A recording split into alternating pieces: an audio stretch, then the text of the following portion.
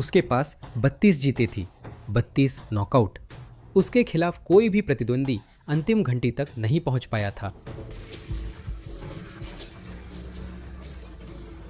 अधिकांश लोग मानते थे कि विल्फ्रेडो गोमेज साल्वाडोर सांचेज को ध्वस्त कर देगा। असल में जो हुआ वो मुक्केबाजी के इतिहास की बेहतरीन प्रस्तुतियों में से एक बन गया। प्यूर्टो रिको के राक्षस विल्फ्रेडो गोमेज सिर्फ चैंपियन नहीं थे, वह एक अद्भुत प्रतिभा था। 32 मुकाबले, 32 नॉकआउट।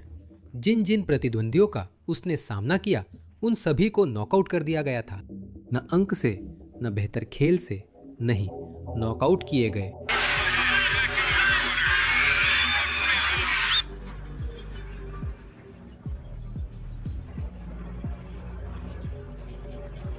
उसने अपने WBC सुपर बैंटमवेट खिताब की 14 बार रक्षा की थी और कोई चैलेंजर नहीं बचा था।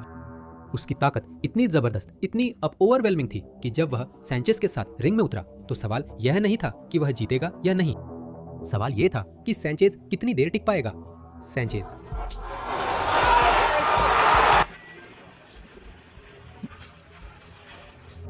मुक्केबाजी जगत पहले ही मान चुका था, गोमेज एक विनाशक था और विनाशक कभी हारते नहीं हैं। साल्वाडोर सांचेज पहले ही WBC फेदरवेट वर्ल्ड चैंपियन बन चुके थे। उन्होंने डैनी लोपेज को 2 बार हराया था। ऐसा प्रदर्शन जिससे उन्हें दर्शकों का सम्मान मिलना चाहिए था।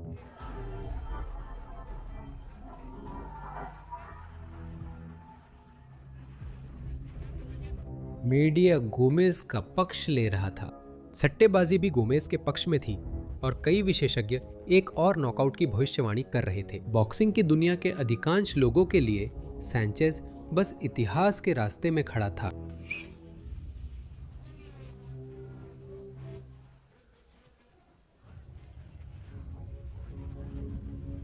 सैंचेज सिर्फ चैंपियन नहीं था, वह एक तकनीकी खिलाड़ी था और 21 अगस्त 1981 को लास वेगस में वो ये पूरी दुनिया को साबित करने वाला था। रात की शुरुआत में ही महसूस हो गया था कि यह आम मुकाबला नहीं है। प्यूर्टो रिको के प्रशंसक विल्फ्रेडो गोमेज को देखने आए थे, मैक्सिकन प्रशंसक साल्वाडोर सांचेज को देखने आए थे। सीजर पैलेस के अंदर संगीत, शोर और तनाव ने माहौल को बॉक्सिंग मुकाबले से ज्यादा एक जंग जैसा बना दिया था। राष्ट्रीय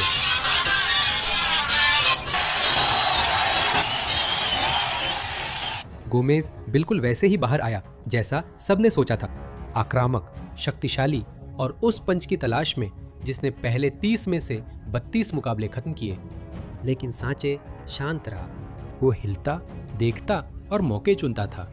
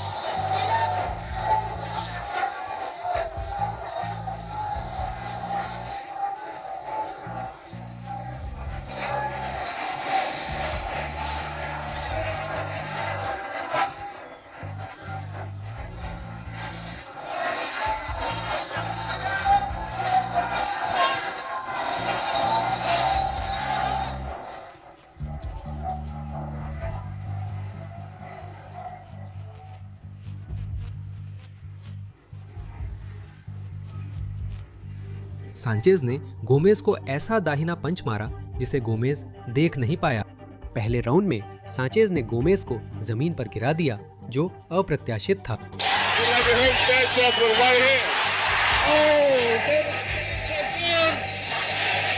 गोमेज उठ खड़ा हुआ, लेकिन कुछ बदल गया था।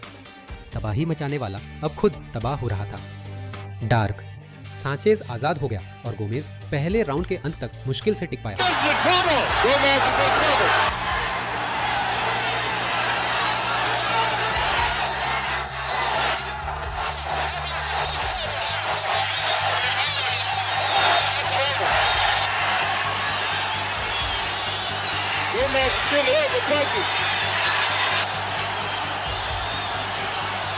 दूसरा राउंड शुरू होते ही गोमेज ने पूरी ताकत से नियंत्रण वापस पाने की कोशिश की।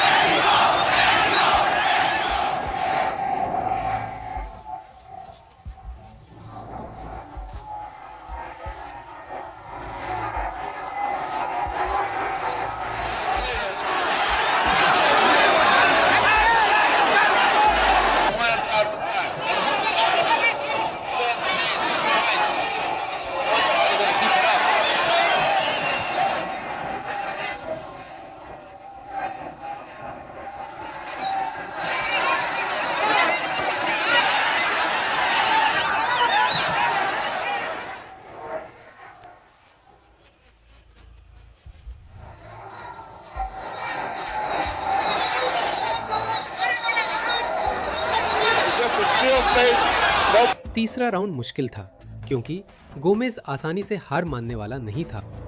सांचेज मौके चुनकर जबरदस्त पंच मारता रहा और धीरे धीरे मुकाबला अपने पक्ष में करता गया।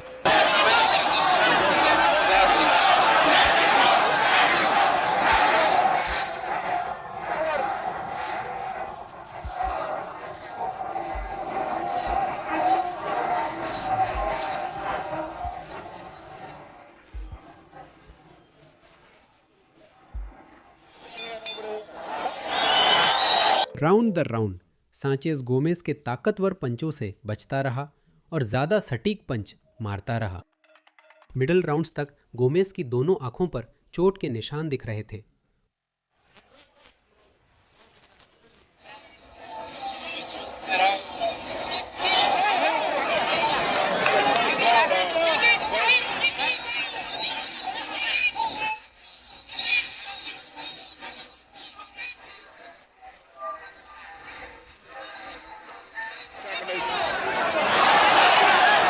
हर राउंड के साथ गोमेज और बेखौफ होता जा रहा था। वो अब भी खतरनाक था, लेकिन अब मुकाबले की रफ्तार वही तय नहीं कर रहा था, वो सांचेज था।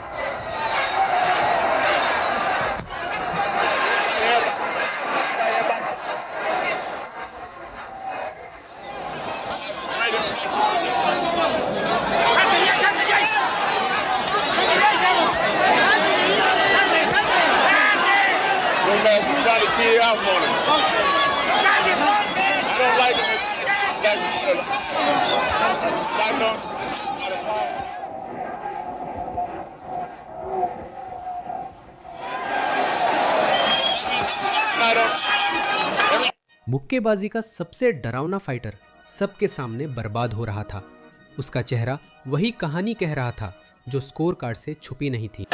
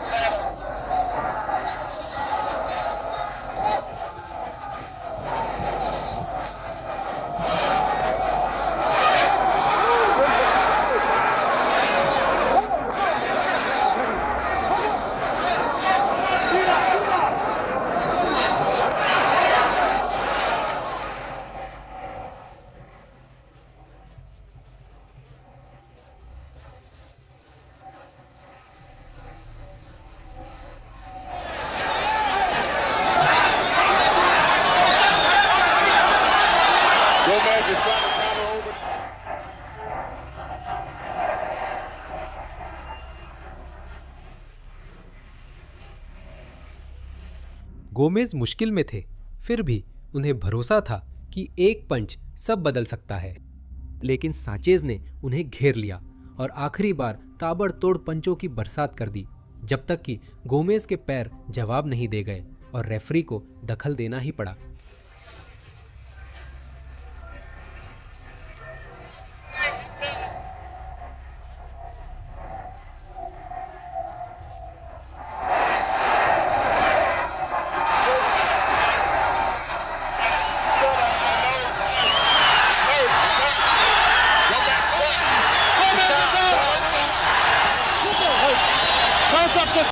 विल्फ्रेडो गोमेज उस दौर के सबसे खतरनाक मुक्केबाज माने जाते थे।